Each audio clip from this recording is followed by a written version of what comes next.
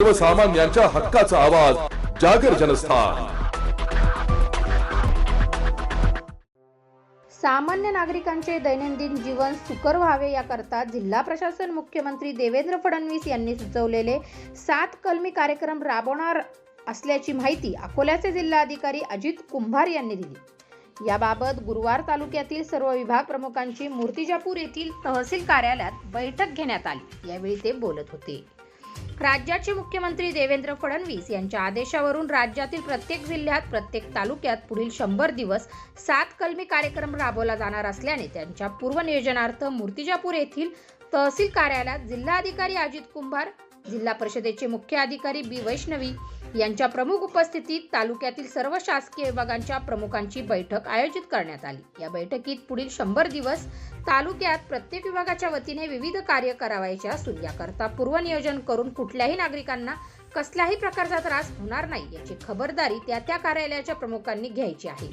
त्याकरता आत्ताच्या क्षणापासून सर्वांनी कामाला लागण्याचे आदेश यावेळी जिल्हाधिकारी अजित कुंभार यांनी दिले। यावेळी जिल्हाधिकारी अजित कुंभार व जिल्हा परिषदेच्या मुख्य अधिकारी बी वैष्णवी यांनी तहसील कार्यालय, पंचायत समिती, भूमी अभिलेख व उपविभागीय अधिकारी कार्यालयाची कसून तपासणी केली। जिल्हाधिकारी अजित कुंभार यांचा मूर्तिजापूर येथे नियोजित दौरा होणार असल्याने तालुक्यातील सर्व शासकीय कार्यालयातील अधिकारी कर्मचारी सतर्क होते।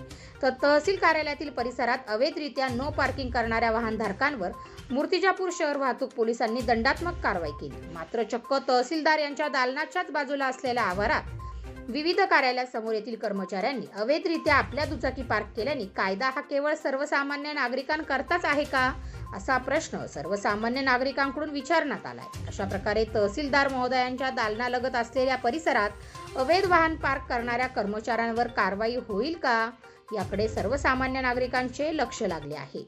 यावेळी उपविभागीय अधिकारी संदीप कुमार अपार, उपविभागीय पोलीस अधिकारी मनोहर दाभाडे, तहसीलदार शिल्पा बोबडे, गटविकास अधिकारी अशोक बांगर, श्रीमती लक्ष्मीबाई देशमुख, उपजिल्हा रुग्णालयाचे तालुका वैद्यकीय अधीक्षक डॉक्टर राजेंद्र नेमाडे, तालुका वैद्यकीय अधिकारी डॉक्टर सुधीर कराळे, पोलीस निरीक्षक अजित जाधव, उपविभागीय सार्वजनिक बांधकाम विभागाचे उपविभागीय अभियंता RD नवालकर, नगर परिषदेचे राजेश भुंगुल यांच्यासह इतर शासकीय विभागाचे अधिकारी वर्ग तथा कर्मचारी उपस्थित होते। माननीय मुख्यमंत्री महोदयांनी जो 100 दिवसांचा कार्यक्रम दिलेला आहे प्रशासनामध्ये, त्यामध्ये 7 अंगामध्ये काम करणं आवश्यक आहे। त्याच्यामध्ये सोयी सुविधा आहेत, नंतर स्वच्छता आहे, कार्यालयाची शिस्त आहे। या सगळ्या संदर्भामध्ये माननीय जिल्हाधिकारी महोदय यांनी आज मूर्तिजापूर तालुक्यातील सर्व विभाग प्रमुखांचा आढावा बैठक घेतली। त्याचबरोबर त्यांना वेगवेगळ्या ऑफिसेसना व्हिजिट देऊन त्यांनी सगळी पाहणी केली आणि त्याच्यामध्ये सुधारणा करण्याच्या सूचना दिलेल्या आहेत। आणि हा जो अभियान आहे 100 दिवसाचा अभियान आहे।